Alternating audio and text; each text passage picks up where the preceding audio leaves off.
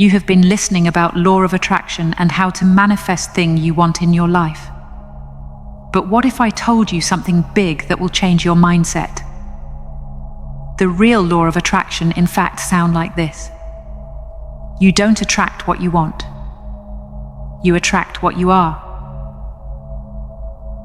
Most people's mistake in trying to apply the law of attraction is they want things. They demand things. Those who want to know the truth of the universe should practice the 4 cardinal virtues. The first is reverence for all of life. This manifests as unconditional love and respect for oneself and all other beings. The second is natural sincerity.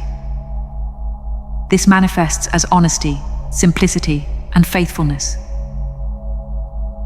The third is gentleness, which manifests as kindness, consideration for others, and sensitivity to spiritual truth. The fourth is supportiveness. This manifests as service to others without expectation of reward. All great spiritual masters are teaching forgiveness. They're teaching kindness. Kindness and love. Nobody is teaching wanting. Nobody is teaching about greed. Still, everything we want to manifest is about ourselves. God doesn't work that way. So the notion of seeking what you want or think you need is not what the power of intention is all about. The ego's mantra is, what's in it for me? The ego's occupation is, how can I get more? The process of allowing, just being and embracing this heightened level of consciousness goes back not to attracting what you want, but attracting what you are. You have to just be. You have to let go. You have to allow. You have to be free and make this your consciousness. What you would see then is a higher frequency of energy that manifests itself through the process of giving, of allowing, of offering, and of serving. It asks nothing back. In the universe, there is an immeasurable, indescribable force which shamans call intent. And absolutely everything that exists in the entire cosmos is attached to intent by a connecting link. Individuals can do amazing things when animated by intention and purpose. Accessing this force field of energy requires connecting with your natural self. Remember that your ability to activate the power of intention in your life depends on your matching up with the creative source of all life. There are obstacles which must be dealt with as we try to tap into the power house of intention. They include your inner speech, your level of energy, and your self-importance. There are 7 steps for overcoming ego's hold on you. We are going to talk about 2 of them. The first important one is stop wanting more. The mantra of ego is more. It's never satisfied. No matter how much you achieve or acquire, your ego will insist that it isn't enough. You'll find yourself in a perpetual state of striving and eliminate the possibility of ever arriving. Yet in reality, you've already arrived, and how you choose to use this present moment of your life is your choice. Ironically, when you stop needing more of what you desire seems to arrive in your life. Since you're detached from the need for it, you find it easier to pass it on to others because you realize how little you need in order to be satisfied. The universal source is content with itself, constantly expanding and creating new life, never trying to hold on to its creations for its own selfish means. As you let go of ego's need to have more, you unify with that source. You create, attract to yourself, and let it go, never demanding that more come your way. As an appreciator of all that shows up, you learn the powerful lesson. By allowing abundance to flow to and through you, you match up with your source and guarantee that this energy will continue to flow. The second important one is Let go if your reputation. Your reputation is not located in you. It resides in the minds of others. Therefore, you have no control over it at all. If you speak to 30 people, you will have 30 reputations.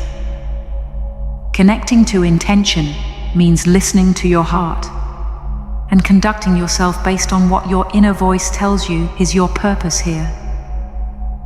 If you're overly concerned with how you're going to be perceived by everyone, then you've disconnected yourself from intention and allowed the opinions of others to guide you.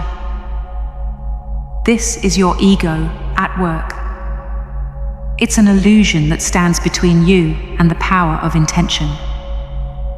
There's nothing you can't do unless you disconnect from the power source. You're going to be convinced that your purpose is to prove to others how masterful and superior you are. You're going to spend all your energy attempting to win a giant reputation among other egos. That's not God. Stay on purpose, detach from outcome, and take responsibility for what does reside in you, your character. Leave your reputation for others to debate.